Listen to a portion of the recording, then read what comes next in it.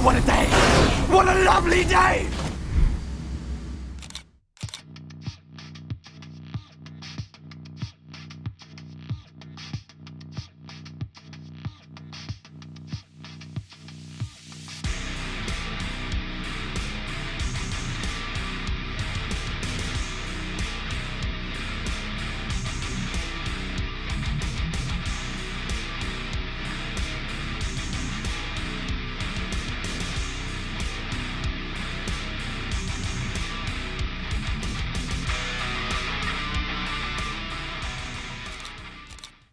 Hey guys, Jim here. Welcome in once again. Today we're going to be taking a look at another knife from Eikonic Knife Company. And this time, instead of bringing out all of the Eikonic knives that I have all at one time, and you can go back and watch that video and see each one of these being displayed as I unbox them, I'm going to focus on just one. And this one, get the chiclets out of the way, has easily become my favorite out of the selections that I've got. Which, for those of you that know me, are probably thinking, huh? Because it's got micarta, and I absolutely cannot stand micarta on any knife at all. However, there's something about this one with just the way that it feels, the size, the ergonomics, the action, the blade shape, everything about it that just makes me really, really dig this knife. And the way they finish the micarta on this one is a lot better than I've seen from a lot of companies. You know, it's still got that dried out look that micarta is going to give you. And over time, as you handle it, that's going to become more pronounced. It's going to patina a little bit. And some areas are going to get a little bit darker. Some areas are going to get a little bit lighter. And that's just the way of micarta. And that's another one of the reasons I really don't like it. The material, I should say, not the knife. So, yeah. So, surprise, everybody. This one ended up being my favorite out of the 5 Eikonic knives that I unboxed. And there's a lot of reasons behind that. I'm going to go over that here in just a few minutes.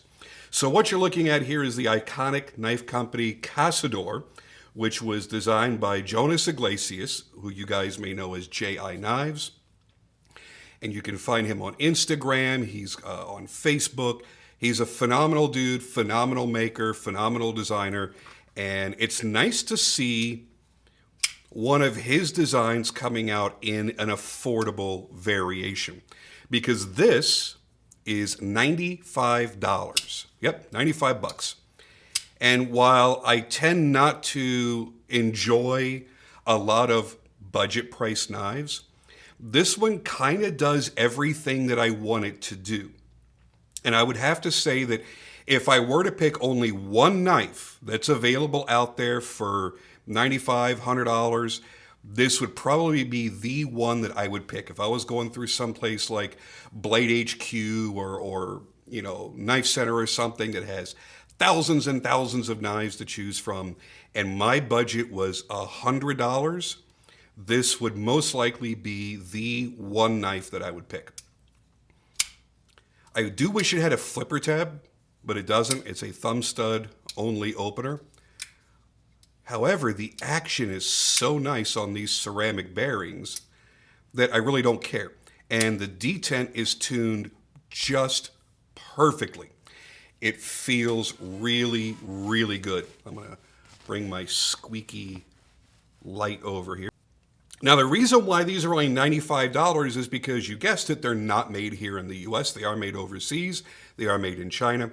So you get the benefit of having that lower price point, and you don't have to sacrifice quality in order to get down to that price point. This is made very, very sturdy, very tough. It's got a great edge on it. They've done a phenomenal job all the way around, even down to the little nitpicky things that, you know, you would want to normally be looking for, like the plunge grinds. You see how it comes down nice and quick into the edge. So you can resharpen this to your heart's content, and it's not going to start thickening up back here at the heel and creating a smiley. So there's going to be a lot of people that are going to be happy about that. Because again, this being a budget knife, you're not getting some crazy super steel. You're getting D2. It's a very basic steel. There are a lot of detractors when it comes to D2. A lot of people that generally don't do a lot with their knives, and they always have a lot to say. D2 is perfectly fine. You just have to recognize its limitations. All steels, even the super steels, will have their limitations. While some may give you unbelievably crazy lengths of time between resharpening, great edge retention, they may fall short because of their brittleness. They're going to tend to chip out, or they may not have the best corrosion resistance. There's give and take with everything. So every steel out there has its benefits, but also has its shortcomings. The shortcomings to D2 are, number one, that it's very easy for it to rust or corrode because it is not a true stainless steel. So yeah, all you got to do is, spend $10 on a good corrosion inhibitor and not scrape your knife against your backdrop. Well, that took a little chunk out. That was nice. Anyway, get a good corrosion inhibitor, something like EDCI. You do a little bit of quick maintenance, spray it on, rub it in, wipe it off. Takes you about 30 seconds, and you'll never really have to worry about the corrosion resistance.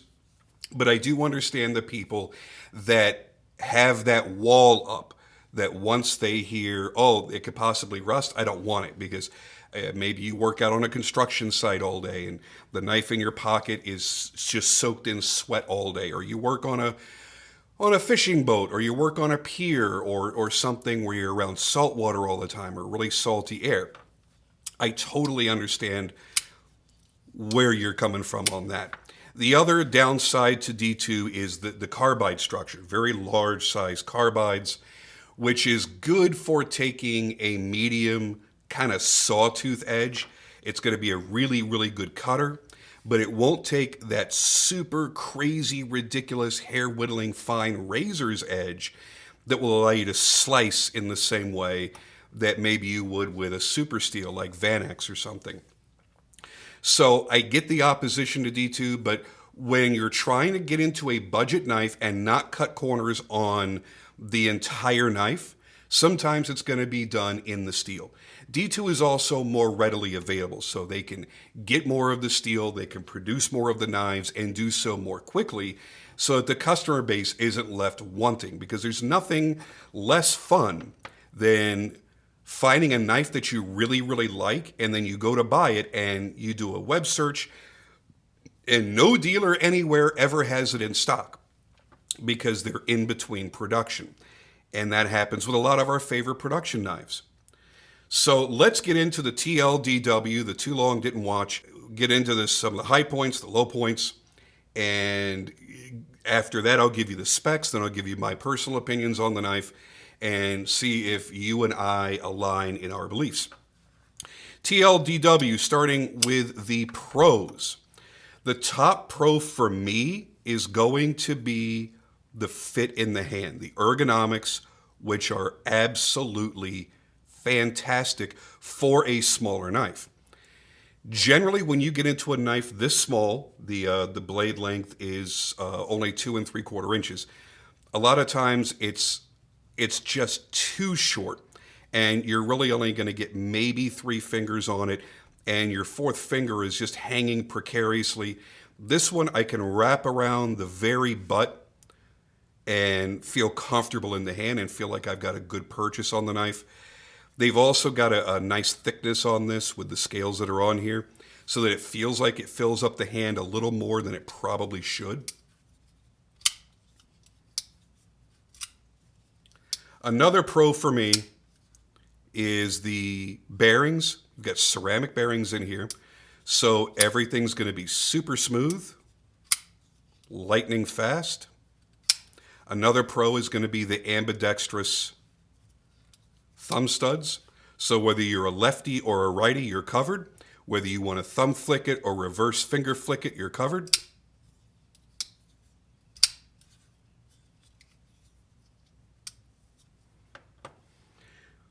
All that's set up in a nice, neat, compact package. Another pro for me is going to be their blade finish. I think it's a very attractive blade finish. It's what it looks like to me is they've got a pretty fine belt satin on here, and then it may have been gone over with a wire wheel, but I'm thinking maybe a Scotch-Brite belt at a really, really high grit. So you've got some reflective sheen to it, but yet you could still see some of the fine belt marks that were underneath that. It's really kind of a confusing finish for me. I've never been able to achieve a finish like that, because it almost kind of looks like they bead blasted it, and then it doesn't, because it kind of has like this frosty finish to it.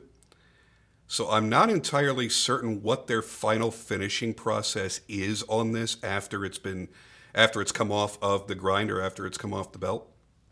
But it looks really good.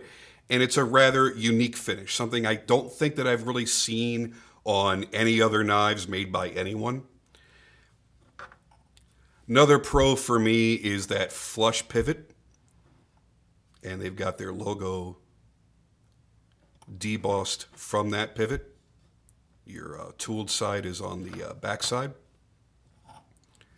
And I love the Lockbar cutout. You've got plenty of room in there to access it. And it's got just these little dimples in here that give you just a little bit of traction without having to be crazy serrated or jimped or anything like that. So you can sit there and flip the knife and unlock it all day long, and you're not going to tear up your thumb in the process, because there's nothing rough, nothing tearing up your skin while you're doing that. Now we'll get into the cons. And the cons are going to be kind of like a mixed bag for a lot of people. One is it's really, really on the small side.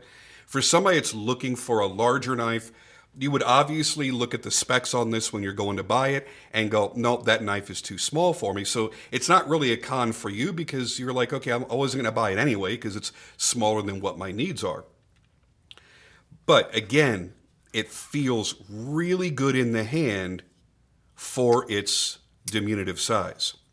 Now, a con for me is what everybody would refer to as a deep carry pocket clip. I can't stand deep carry pocket clips. There's no practical need in my life for a deep carry pocket clip, but that's a personal thing. That's not something that's going to turn many people off, especially if you're already buying knives that have a deep carry clip and you already like deep carry clips. That's not a con for you.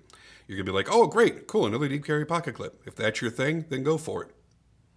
Look at this. They bring the tip all the way to the edge of the frame, and you're still not snagging it. You can see I'm pushing my finger in there, and I'm still not hitting that.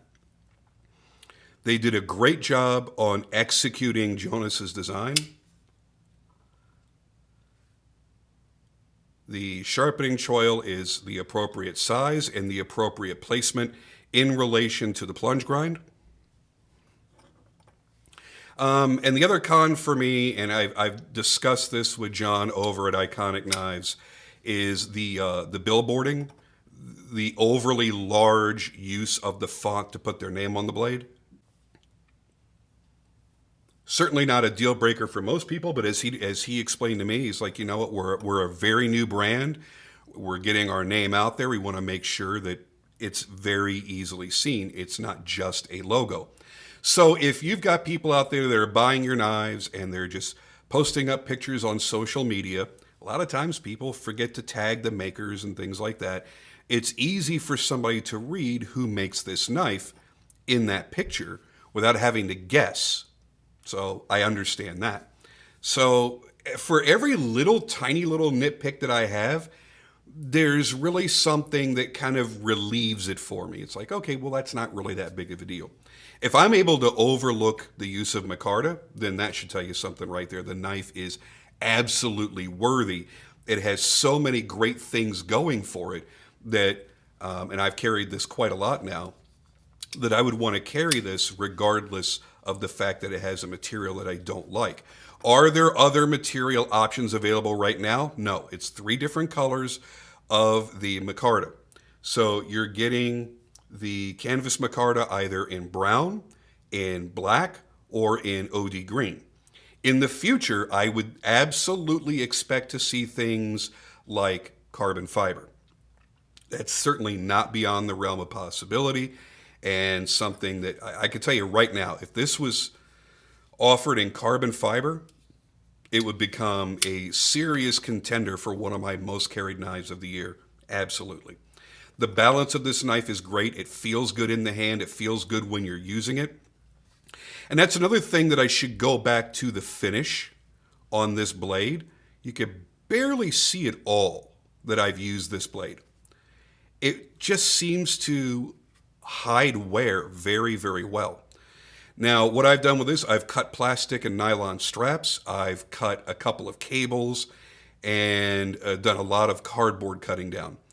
And cardboard is very, very abrasive on a knife finish. And you really don't see anything on here. Like, it even kind of inhibits fingerprinting as well. So again, I wish I knew precisely how they did this finish. It's got to be a wire wheel. It has to be.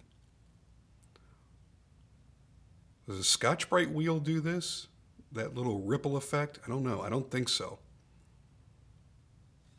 But regardless, it's a nice finish, and it keeps the knife looking new for a lot longer. And that's a goal for pretty much anybody with almost anything they buy. You know, whether it be a car or a boat or a knife or a gun or whatever, you're making an investment in something that you really enjoy aesthetically. You don't want it to look like a beat up piece of trash very soon after starting to use it. Even if you're not the kind of person that goes, that thinks everything that they buy is, going to hold future value and it's going to be a safe queen, it's just going to be pocket jewelry. You don't have to be that to appreciate something that will look new for longer. It's just, it's a pride of ownership thing. If I pull this out of my pocket 5 years from now, I think it might look pretty much the same, at least on the blade finish. Yeah, I know the micarta is going to patina, the micarta is going to wear in, but the blade finish, I have no reason to expect it to do anything except look like this years down the road. And I kind of like that. All right, now let's get into the specs. What you're looking at is an overall length of 6.92 inches. So under 7 inches in overall length. Blade length of 2.74 inches in D2 steel. It is flat ground. It's got a very, very nice edge on it. Nice and sharp out of the box. No complaints whatsoever. Like I said, it's cut through everything that I've wanted it to cut through and done so very, very easily. Your available choices in the handles are black, brown, or OD green canvas micarta. Your liners are steel, and it is a liner lock, as you see there. And your pocket clip, I believe, is also steel. I haven't taken a magnet to it, but I wouldn't expect at this price point for it to be titanium. And as I mentioned much earlier, you have ceramic bearings around that pivot as well. So there is your quick look at the Eikonic Knives Kasador, designed by Jonas Iglesias. And my personal thoughts, I've already given you a lot of them, but another thing that I love is this aggressive top swedge on here. It adds a lot more character to this blade profile. Looks great. You've got a pretty good strong tip on there as well. So if you're having to do any kind of stabby things, I don't think you're really going to have any issues with that. Everything is really nicely rounded off, so you don't have any hot spots anywhere on the knife. I feel the pocket clip, but it's not a hot spot. Like, it's not digging into my hand. I just notice that it's there when I grip it. The relief for your fingers feels great. It allows the knife to drop right in place, right in the spot that you're going to want it to. As far as pinch grip, you've got a nice landing spot for your index finger for your cutting open boxes and things like that, or cutting squares of paper out, shipping labels or something like that. It's going to be a useful blade profile. It's going to be very, very easy to carry because, again, that size is so compact. It feels a little, I shouldn't say a little, it feels quite substantial because of the thickness. So it doesn't feel, a lot of times we get into a smaller, lightweight knife, and it may feel a bit too lightweight where you're like, oh, that kind of feels cheap, whether it is or it isn't. Oh, it feels a little flimsy. This feels very substantial. This is definitely the kind of knife that, let's say you were going on a hike or something. I don't do hiking, so I'm literally pulling this out of my ass. But, you're going on a nice long hike. You're not going to want to carry a bunch of heavy things on you. You're going to reach for a lighter weight knife. You've got this bad boy in your pocket, and there's something along that trail that you've got to cut. You want to whittle down some sticks. Maybe you decided to walk further than you should have, and the sun's going down, and I don't know, do you just randomly camp because you hiked out too far? I don't know. I don't know if that's a thing or not. But you got to make a quick little campfire, and you want to feather some sticks. Boom. This is going to work just fine for that. You're going to have a good enough purchase on it, even though it's a small knife, and do all that light work with it very, very easily. So that's where I'm at on this knife. I think for an EDC knife, it's going to satisfy most everybody's expectations in this size range, especially for this price range. So anyway, them's my thoughts. Thank you guys for joining me as always, and I'll see you on the next video.